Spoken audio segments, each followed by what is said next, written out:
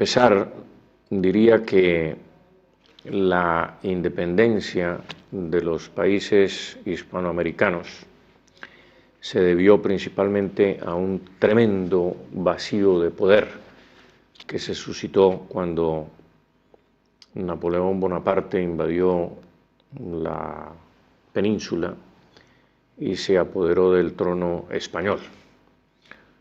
Un tremendo vacío de poder que se complementa con la leyenda negra que tejieron franceses, holandeses, italianos y alemanes contra España, pero principalmente los más activos, holandeses e ingleses.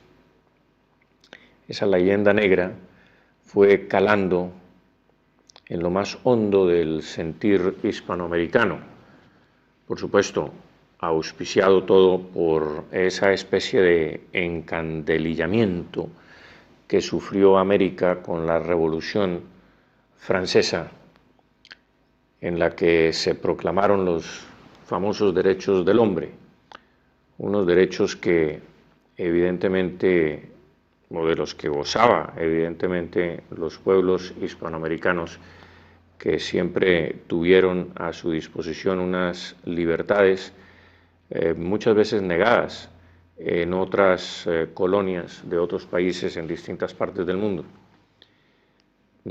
Por lo tanto, para despejar un poco el panorama histórico, no es cierto que España o la presencia española en Hispanoamérica fuese una presencia opresiva, en el sentido de que a los hispanoamericanos les era negada unas libertades fundamentales, puesto que, por ejemplo, en 1789, en Santa Fe de Bogotá, no había un solo español nacido en España directamente, que ocupara el Cabildo de Santa Fe de Bogotá. El Cabildo estaba ocupado totalmente por criollos.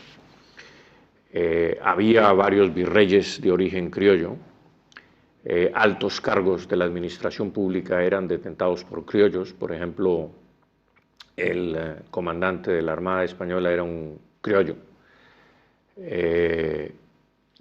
Muchos generales, entre ellos el general Enrile, que era nacido en Cuba, que fue segundo de Pablo Morillo, el pacificador en América. En fin, hay muchísimos ejemplos en que los criollos ocupaban los más altos cargos de la administración pública española. De tal manera que es necesario y es menester disipar esas dudas sobre esa presencia onerosa de España en América, en el sentido de que monopolizaba todos los cargos públicos. Es cierto que Carlos III sí comenzó una política hasta entonces desconocida en América, que era ir nombrando funcionarios nacidos en la península, en altos cargos públicos en América, pero en su cenit de esa política no se llegó a más del 50%. De tal manera que las causas de la independencia las podríamos cifrar no solamente en ese vacío de poder, sino en ese encandelillamiento de la Revolución Francesa, en la leyenda negra, toda una especie de cóctel Molotov que fue germinando y fue echando raíces profundas hasta que sobrevino la chispa con el apresamiento de Fernando VII. Por supuesto, el mismo desorden experimentado en España con las juntas supremas, las rivalidades entre las juntas supremas, que unas no reconocían a otras, que las juntas de cada provincia se creían independientes y supremas a su vez. Todo eso unido a esa espantosa guerra de independencia española contra el ejército invasor, y las expectativas creadas por las mismas juntas de gobierno que iban surgiendo al desgaire de los vientos y de los acontecimientos militares en la península. Por ejemplo, la abolición del monopolio comercial que tenía Cádiz, que fue anunciado con bombos y platillos en América y que luego fue desautorizado por las mismas autoridades, eso creó una gran confusión y un gran desencanto en la América, porque no se atinaba a saber si es que los gobernantes que en ese momento ocupaban la sede del poder o la sede del poder en la península era una bola de orates o qué era lo que les pasaba, porque se contradecían permanentemente en sus disposiciones sobre las penínsulas americanas o sobre las posesiones americanas. De tal manera que en ese clima de confusión, de guerra, de desasosiego, surge la figura del libertador Bolívar. Bolívar, que ha sido considerado un genio militar, que lo era con algunos matices, que ha sido considerado por muchos casi como un semidios, prácticamente en todos los países emancipados por don Simón Bolívar, se le considera eso, un semidios, hasta el punto en que las señoras se tienen que cubrir las espaldas desnudas para entrar a su quinta en Bogotá, por ejemplo. Por lo menos hace unos años que no visito la quinta, pero en alguna oportunidad sí pude presenciar eso. Es como un semidios, es el altar de la patria, Bolívar lo significa todo. La sede o el origen de las libertades públicas. Pero no hay que confundirse. Bolívar era un dictador. Bolívar fue un dictador y siguió siendo un dictador prácticamente toda su vida. Creo que el ejercicio más notable, según él mismo lo ha reconocido, fue la dictadura. Y Bolívar, adicionalmente, con otras virtudes, la inteligencia era una de ellas, y evidentemente era un hombre inteligente, sagaz, pero era un hombre sanguinario. Sobre ese tema no nos podemos confundir, y tuvo muchísimas muestras de crueldad a lo largo de su vida. Pero es que para poder entender esa disposición o predisposición de Simón Bolívar hacia la crueldad, hay que entender un poco sus orígenes familiares, su propia familia.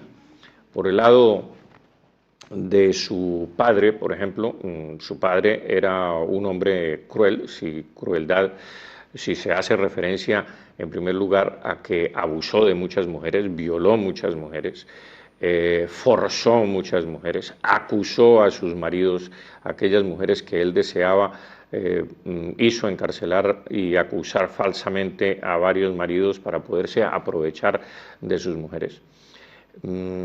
Sus antepasados también, por el lado de su madre, eran personas violentas, de origen alemán, con muchos odios y con mucha animadversión hacia castellanos, hacia vascongados, hacia extremeños. Su familia Hedler, por parte de su bisabuelo y de su abuelo Palacios, pues también tenían esas características. Su hermana, María Antonia, era una mujer cruel. Ella misma confiesa haberle rajado la cabeza al carpintero de su hacienda, de su ingenio, porque le falló en alguna cosa y le dio de palos y tenía unos accesos de ira impresionantes también. María Antonia y Bolívar tenían unas características, digamos, negroides, a diferencia de sus otros dos hermanos, Juan Vicente y su otra hermana, que eran rubietes, por el lado pues alemán, pero ellos tenían unas características negroides, y tal vez eso influyó muchísimo en el ánimo y en la disposición de Bolívar contra los españoles. Y voy a explicarme por qué. Es que su abuelo paterno compró, invirtió un dinero, unos 20.000 o 23.000 ducados, para comprar uno de los dos títulos nobiliarios que fueron entregados al convento de Montserrat para ayudar a financiar ese convento. Pero el título no lo pudieron obtener y ese título lo estuvieron peleando, el título nobiliario lo estuvieron peleando durante casi un siglo y no lo pudieron obtener precisamente porque no podían demostrar la pureza de sangre. Por otro lado, su tío, hermano de su madre, también ambicionaba a que la familia Palacios tuviera otro título nobiliario y tampoco nunca lo consiguieron. Parece que su bisabuelo tuvo algún lance amoroso con una negra y de esa unión nació una niña que se llamaba María Josefa Marín, y María Josefa Marín es la bisabuela del Libertador, negroide, y heredó la fortuna que le dejó su padre. Pero aún con toda esa fortuna, pues no pudieron obtener el título nobiliario porque justamente en los documentos que ingresaron a la corte y que pelearon en Madrid, pues dejaban por fuera esa ascendencia negroide y sencillamente los abogados pues no entendían por qué faltaba una persona en ese árbol genealógico. Y es que ellos, por supuesto, como pertenecían a la nobleza caraqueña y eran gente pues muy estimada y de mucho dinero, pues se avergonzaban de los orígenes de su bisabuelo. De tal manera que yo creo que en el fondo eso resintió muchísimo la familia después de un siglo de pleitos sin lograr esos títulos nobiliarios. Pues en el ánimo de Simón Bolívar fue creciendo ese resentimiento contra la corona española y contra todo lo que significara España y la nobleza española. De tal suerte que pienso yo que eso fue una motivación muy importante. Se dice que Bolívar maltrataba a los negritos cuando era niño y hay algunos escritos sobre ese tema. Era un niño cruel y fue un adulto cruel. No vaciló durante las guerras de independencia, declarar la guerra a muerte contra los españoles y canarios, vale la pena, según el mismo documento que él firma, la guerra a muerte contra españoles y canarios, en la que no vacilaba en fusilar prisioneros de guerra y otros prisioneros que no eran propiamente de guerra, sino simples comerciantes, que vivían en Caracas, que tenían sus haciendas, que tenían sus negocios en distintas categorías de la vida comercial. Y todos fueron cogidos presos, sus fincas, sus propiedades, sus casas fueron decomisadas. Y en ese desastre que fue la guerra civil, porque en realidad fue una guerra civil de criollos contra españoles. En esa guerra civil el Estado vivía prácticamente de las propiedades que remataba de los españoles. Bolívar no vaciló en darle una especie de solución final al tema español, un poco parodiando lo que sucedió en la Segunda Guerra Mundial con Hitler y los judíos, la solución final de los judíos. Esa tuvo unos antecedentes muy importantes en esa causa bolivariana. Y es que Bolívar dio esa solución final, y es que tenía un montón de prisioneros y ordenó su asesinato in misericordia a uno de sus sicarios, entre otras cosas de apellido Arismendi, un hombre sumamente cruel. Bolívar mismo presenció el asesinato y ordenó el asesinato de 380 y pico de españoles en Valencia, cuando estaba en Valencia en el año 1813. Pues esa solución final, hay que decirlo de esta manera, sacaban a los heridos de los hospitales, por ejemplo, y los remataban en la calle. Y a los prisioneros españoles que llevaban como un año en la más absoluta desesperanza en las mazmorras de La Guaira y en las mazmorras de Caracas y de Valencia, hacinados, hacían sus necesidades corporales aherrojados, amarrados con cadenas durante cerca de un año. Ordenó su asesinato y para ahorrar pólvora, y hay que decirlo con mucho pesar, con mucha tristeza, finalmente decidieron ejecutarlos a sablazos y a machetazos y a puñaladas. Los ancianos eran llevados sentados, amarrados en unas sillas, y les descargaban los sablazos en la cabeza y en los miembros. Allí se entrenaron muchos asesinos que luego fueron a la Nueva Granada, donde se hizo una independencia relativamente pacífica, pero las tropas venezolanas, cuando llegaron a la Nueva Granada, enseñaron a matar españoles en esa provincia.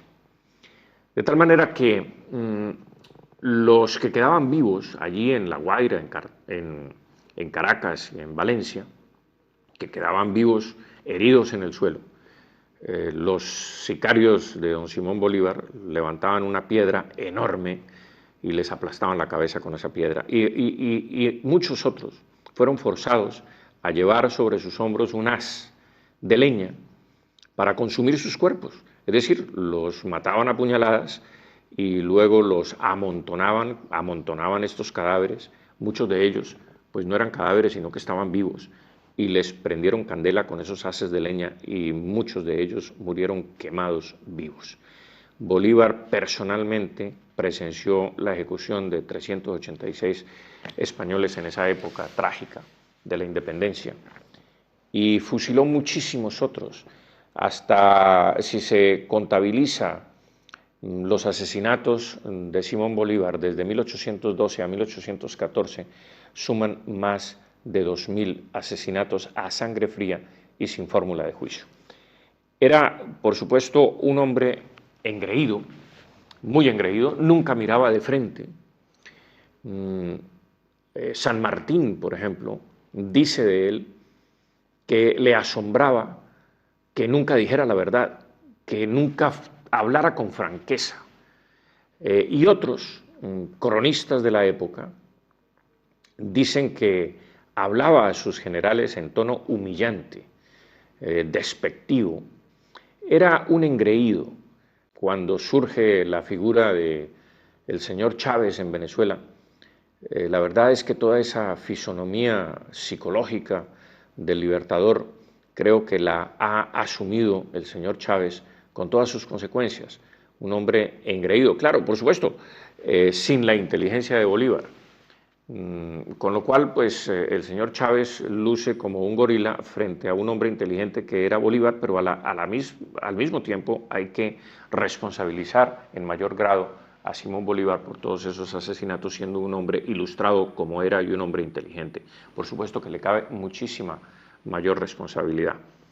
Pero los episodios desconocidos de Bolívar, por ejemplo, hay que narrarlos. En el próximo libro que habré de publicar, que se llama Al oído del rey, allí narraré muchos episodios totalmente desconocidos sobre la vida del libertador y que he venido encontrando a lo largo de todas estas investigaciones históricas que estoy haciendo.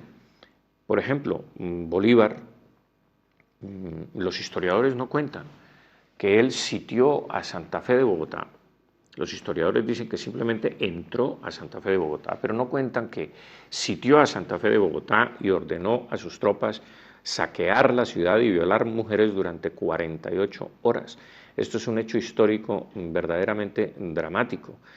Bolívar sitió a Cartagena de Indias durante varios meses y cometió todo tipo de crueldades con los cartageneros, porque los cartageneros no querían aceptar que Simón Bolívar entrara a Cartagena, aunque les prometiera independencia. Los cartageneros querían independizarse por su cuenta y querían hacer su gobierno, pero sin interferencia, porque tenían antecedentes de que Simón Bolívar había cometido muchísimas crueldades en Venezuela durante sus guerras de emancipación. De tal manera que Bolívar era una figura rechazada totalmente en la Nueva Granada. Fue amparado por uno de los próceres de la independencia colombiana, que era Camilo Torres, era federalista.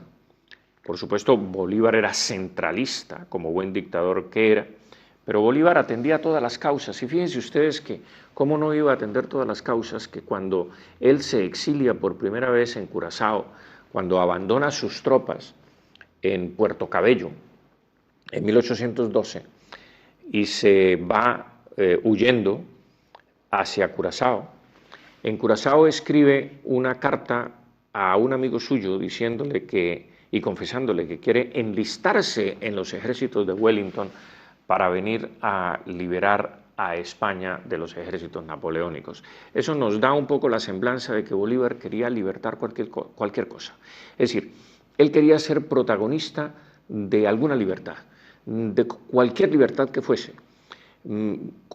Porque ¿cómo podía él venir a libertar a España cuando quería en realidad libertar la América de los españoles? Es una contradicción, evidentemente. Luego, eso nos tiene que aterrizar sobre esa realidad psicológica de don Simón Bolívar, y es que él quería ser el centro de todas las libertades, la que fuera. Quería ser protagonista de la historia, quería ser el hombre providencial que la América necesitaba. Y cuando comprendió que era mucho más fácil libertar a la América de los españoles que a España de los franceses, pues se quedó libertando la América. Y de esa manera, pues logró lo que él esperaba lograr con sus amigos y con toda la clase dirigente criolla, que era la que en realidad quería la libertad. Porque los indios y la clase media y los no tan indios se sentían muy complacidos con la administración española, porque, vale la pena decirlo, España llevó la cultura y el progreso a la América. De eso no cabe ninguna duda. La América era muchísimo más próspera, la América española, muchísimo más próspera que cualquier país europeo. Hay comparaciones muy interesantes en que muestran que efectivamente la gente tenía que trabajar mucho menos en América para ganarse el pan que en Europa, y vivían en condiciones mucho mejores que en Europa. Había alcantarillado, había salud, había cultura y mucha riqueza, por supuesto. De tal manera que es la clase criolla la que despierta en sí misma esas ambiciones de caer sobre estas riquezas que fomentó España en el Nuevo Mundo, de apoderarse de ellas a guisa de una libertad idílica, una libertad que en realidad pocos países han gozado de ella, porque después de que los españoles salieron de la América, pues se aposentó la tragedia en ese continente. No ha habido sino dictadores, revoluciones, guerras civiles en cada país, prácticamente sin descanso. No ha habido un minuto de paz desde que España decidió renunciar a sus provincias de ultramar. De tal suerte que lo que los criollos planteaban era una libertad, pero para ellos.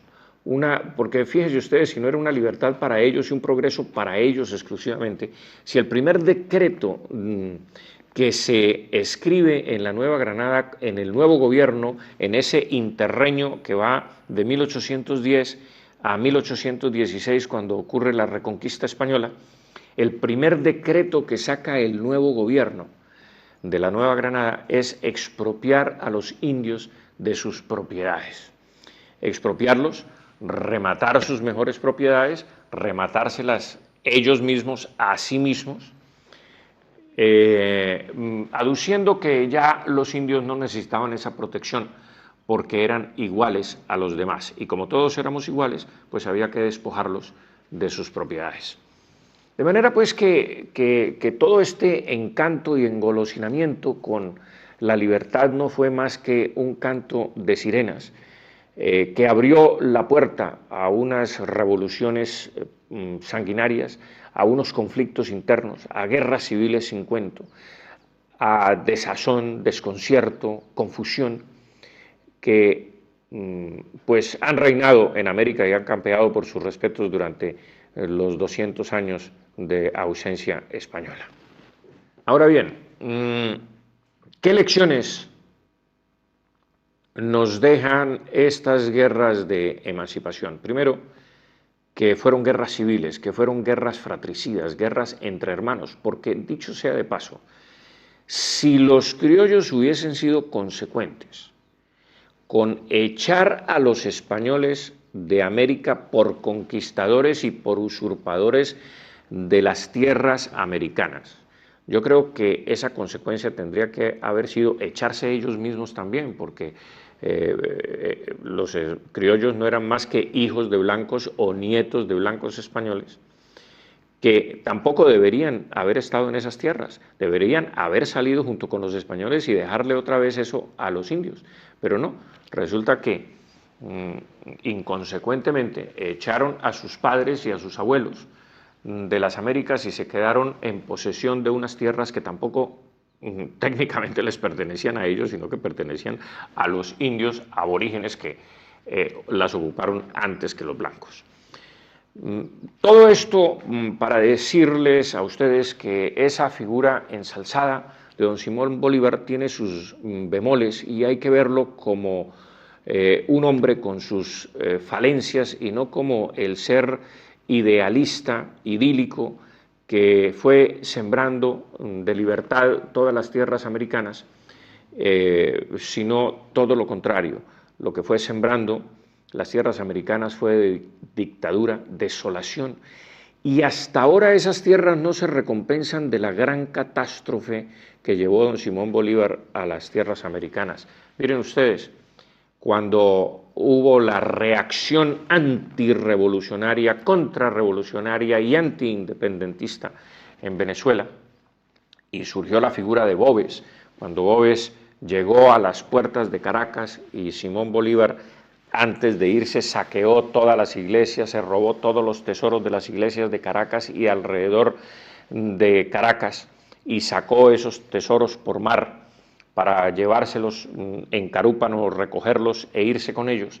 Y él se fue por tierra con 2000 hombres sin intentar defender la ciudad de Caracas, sino que evacuó además a toda la población, es decir, a las 20.000 almas de Caracas. Las llevó por pantanos, por cordilleras, por planicies, por desolaciones, con hambre, sin pertrechos, sin alimentos, sin comida, y 20.000 personas fueron quedando muertas a lo largo del camino hasta llegar a Barcelona, Venezuela, y hasta llegar a Carúpano, donde muchos de ellos lograron embarcarse en distintas embarcaciones, pagar con lo que podían, irse a las islas del Caribe, venirse a España como refugiados. Es decir, lo que hubo fue una verdadera catástrofe humanitaria en Venezuela y en la Nueva Granada. La clase empresarial, la clase que creaba riqueza en esos países, abandonó esos países y se vino a Canarias, se fue a Cuba y se vino a España.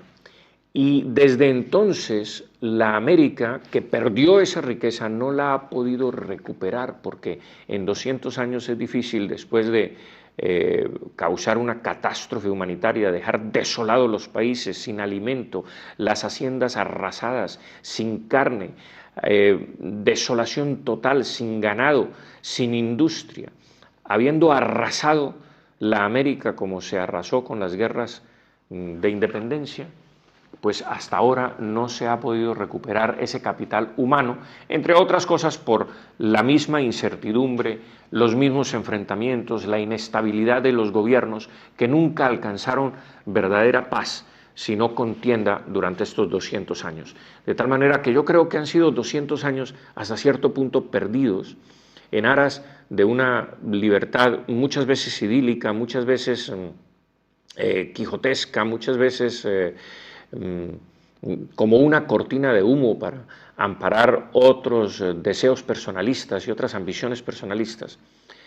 Creo que ha sido un tiempo perdido estos 200 años, cuando nosotros, unidos todos, habríamos podido formar una gran mancomunidad hispánica con un peso específico político en el mundo, con un territorio inmenso y con unas posibilidades enormes de desarrollo sin esta tragedia que estamos viviendo, que es la tragedia de Chávez y sus secuaces, que es la tragedia de Ortega y sus secuaces, que es la tragedia de todos estos mesías que han surgido en la América prometiendo bienestar cuando lo único que han conseguido es hambre, desolación y guerra.